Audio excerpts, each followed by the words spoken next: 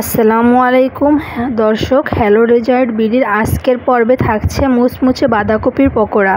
বিকেলের নাস্তার চায়ের সাথে বাঁধাকপির পকোড়া থাকলে আর কি চাই। বাঁধাকপি পকোড়া বানানোর জন্য আমি এখানে 3 কাপ বাঁধাকপি কুচি করে নিয়েছি। এর মধ্যে 1 চামচ লবণ দিয়ে ভালো করে মেখে ঢেকে রেখে দেব 10 মিনিটের জন্য।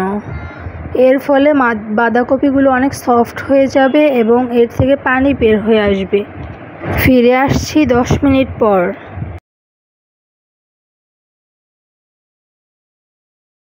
10 মিনিট পর ঢাকনাটা তুলে বাঁধাকপিগুলো একটু ভালো করে মেখে নিলেই এর ভিতর থেকে সম্পূর্ণ পানিটা বেরিয়ে আসবে। এই পানিটা বের করে নিলে বাঁধাকপির পকোড়াগুলো অনেকক্ষণ পর্যন্ত মচমচে থাকবে। এবার অন্য একটি পাত্রে আমরা বাঁধাকপিগুলো ভালো করে পানিগুলো ছেঁকে তারপরে নিয়ে নেব।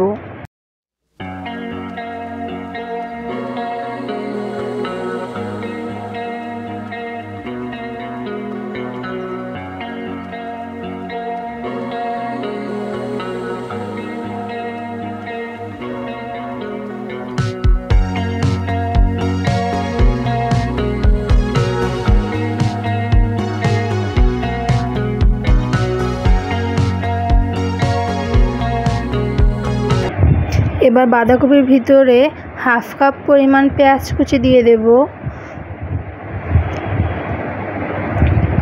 2 টেবিল চামচ ধনিয়া পাতা কুচি দিয়ে দেব, 2 চা চামচ পুদিনা পাতা দিয়ে দেব, কাঁচামরিচ কুচি দিয়ে দেব 2 টেবিল চামচ, হাফ চা চামচ হলুদ গুঁড়ো, হাফ চা চামচ ধনিয়া গুঁড়ো,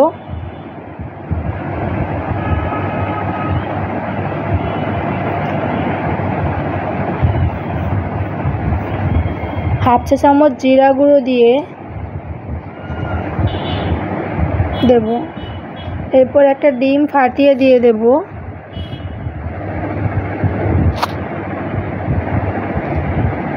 চালের গুঁড়ো দিয়ে দেব 3 চা চামচ।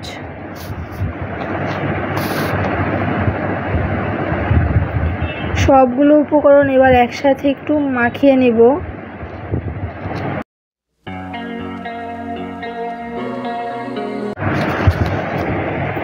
বেসনটা আমরা অল্প অল্প করে অ্যাড করব। যখন দেখব যে বাঁধাকপিগুলো থেকে পকোড়ার শেপ দেওয়া যাচ্ছে, ঠিক তখনই আমরা বেসন দেওয়া অফ করে দেব। এর মধ্যে আমরা বারে বারে দিয়ে দেখব যে শেপ দেওয়া যাচ্ছে কিনা।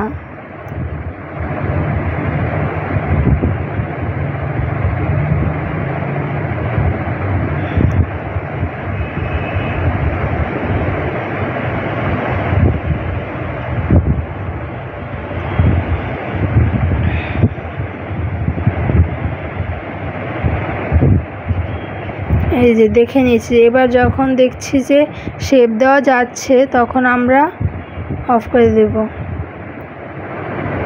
আমি লবণ অ্যাড করতে ভুলে গিয়েছিলাম, তাই এখন 1 চা চামচ লবণ দিয়ে দিচ্ছি। লবণটা আপনারা বুঝে শুনে অ্যাড করবেন, যেহেতু এর আগে আমরা লবণ ইউজ করেছি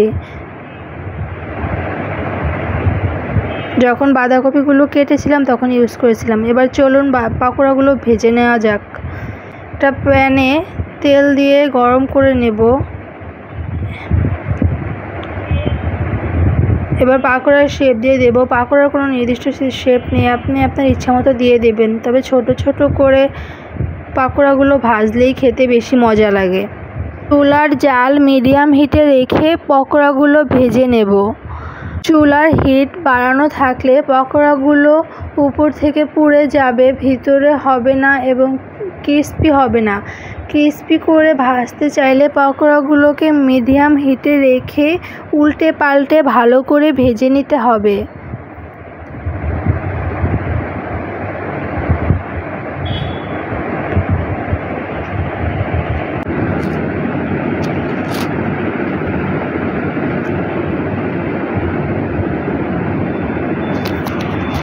এক পাশ হয়ে গেলে আমি উল্টে দেব।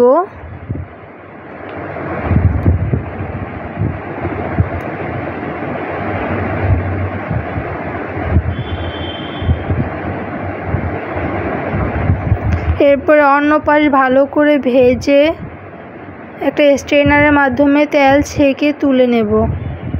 এইভাবে বাকিগুলো আমি ভেজে নেব। আমার ভাজা শেষ। এবার আমি টমেটো সসের সাথে পরিবেশন করে নিচ্ছি।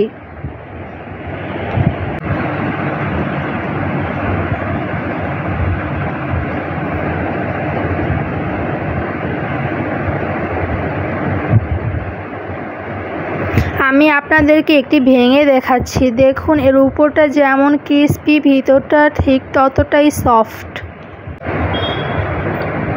আজকের এই সহজ নাস্তার রেসিপিটি যদি আপনাদের ভালো লাগে, ভিডিওটাতে একটা লাইক, কমেন্ট, শেয়ার করতে ভুলবেন না।